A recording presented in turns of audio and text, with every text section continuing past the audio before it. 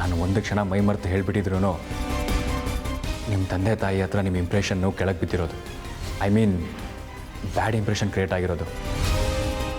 ಬಾಯಿಗೆ ಬಂದ ಸತ್ಯನ ನಾನು ಹೇಳ್ದೆ ಮುಚ್ಚಿಟ್ಟೆ. ಯಾಕೆ ಗೊತ್ತಾ? ನಿಮ್ಮನ್ನು ಬಿಟ್ಕೊಡೋದಕ್ಕೆ ನನಗಿಷ್ಟ ಇಲ್ಲ ಕಣ್ರಿ. ಇವತ್ತು ಮಾತ್ರ ಅಲ್ಲ, ನನ್ನ ಜೀವ ಇರೋವರೆಗೂ ನಿಮ್ಮನ್ನು ಬಿಟ್ಕೊಡಲ್ಲ.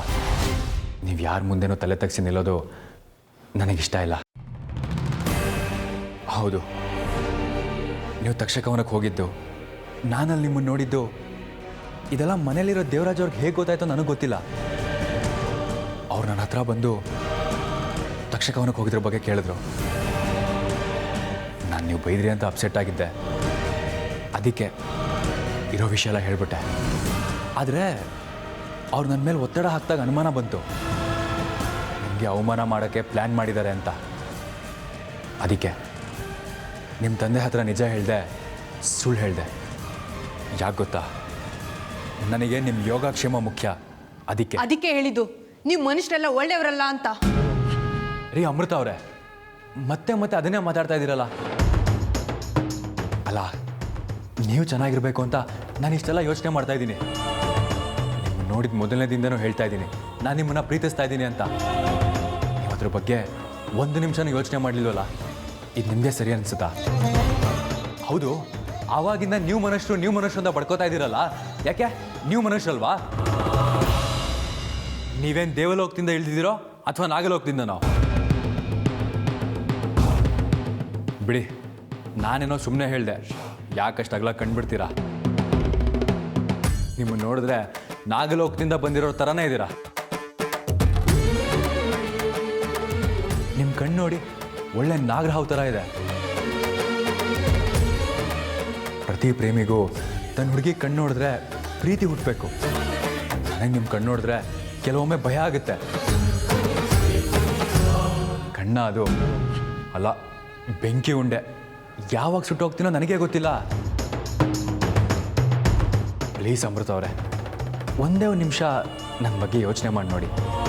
ನಾನು ಯಾಕೆ ನಿಮ್ಮ ಬಗ್ಗೆ ಯೋಚನೆ ಮಾಡಬೇಕು? ಕರ್ಮ, ಕೊಂಕಣ ಸುತ್ತಿ ಮೈಲಾರಿಗೆ ಬರ್ತಾನೆ ಇರ್ತೀರಲ್ರಿ. ಯಾಕೆ ಅಂದರೆ ನಾನು ನಿಮ್ಮನ್ನು ಲವ್ ಮಾಡ್ತಾ ಇದ್ದೀನಿ, ಅದಕ್ಕೆ. ಆದರೆ ನನಗೆ ನೀವು ಇಷ್ಟ ಇಲ್ವಲ್ಲ. ಇಷ್ಟಪಡೋದು ಇಲ್ಲ, ಇಷ್ಟಪಡ್ತೀನಿ ಅಂತಲೂ ಅನ್ಕೋಬೇಡಿ. ಇವತ್ತು ಮಾತ್ರ ಅಲ್ಲ, ಎಂದು ಯಾವತ್ತೂ ನಾನು ನಿಮ್ಮನ್ನ ಇಷ್ಟಪಡೋದಕ್ಕೆ ಸಾಧ್ಯನೇ ಇಲ್ಲ. ಅಮೃತ ಅವರೇ, ರೀ ಅಮೃತ,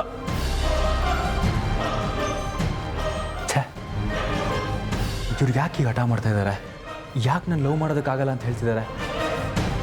ಕಾರಣ ಇಲ್ಲದೇನೆ ಯಾಕೆ ನನ್ನ ದ್ವೇಷ ಮಾಡ್ತಾ ಇದ್ದಾರೆ? 2 ದಿನದಿಂದ ಇವ್ರ ಬಿಹೇವಿಯರ್ ಯಾಕೋ ವಿಚಿತ್ರವಾಗಿದೆ.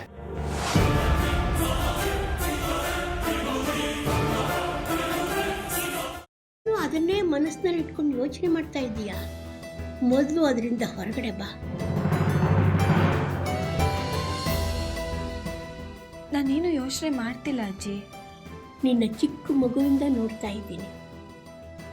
ಯಾವುದಾದ್ರೂ ಯೋಚನೆಯಿಂದ ಹೊರಗಡೆ ಬಂದೆ ಅಂತ ನೀನು ಮಾತು ಹೇಳಿದ್ರು ನಿನ್ನ ಮನಸ್ಸೆಲ್ಲ ಅದರಲ್ಲೇ ಇರುತ್ತೆ. ಅದಿತಿ,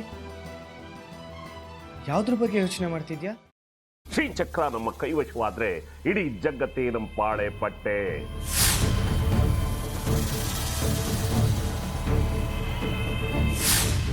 ನಾವಿದೀವಲ್ಲ, ನೀನ್ ಯಾಕೆ ಚಿಂತೆ?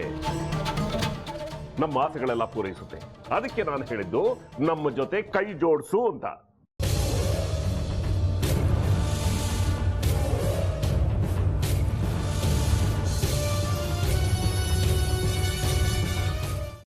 ವೆಜ್ ಖಾರ ಬಾತ್ ಮಾಡುವ ವಿಧಾನ: ಒಂದು ಬಾಣಲಿಗೆ ತುಪ್ಪ, ಸಾಸಿವೆ, ಕಡಲೆಬೇಳೆ, ಉದ್ದಿನಬೇಳೆ, ಗೋಡಂಬಿ ಹಾಕಿ ಹುರಿದು ಕರಿಬೇವು, ಬಾಡಿಗೆ ಮೆಣಸಿನಕಾಯಿ, ಕ್ಯಾರೆಟ್, ಬಟಾಣಿ, ಟೊಮ್ಯಾಟೊ, ಕಲ್ಲುಪ್ಪು, ಬೆಲ್ಲ, ಬಿಸಿಬೇಳೆ ಬಾತ್ ಪುಡಿ, ಅರಿಶಿನ, ರವೆಯ 3 ಅಳತೆಯಷ್ಟು ನೀರು ಹಾಕಿ ಚೆನ್ನಾಗಿ ಕುದಿ ಬಂದ ಮೇಲೆ ಹುರಿದ ಬನ್ಸಿ ರವೆ ಹಾಕಿ ಕಲಸಿ. ಈಗ ವೆಜ್ ಖಾರ ಬಾತ್ ಸವಿಯಲು.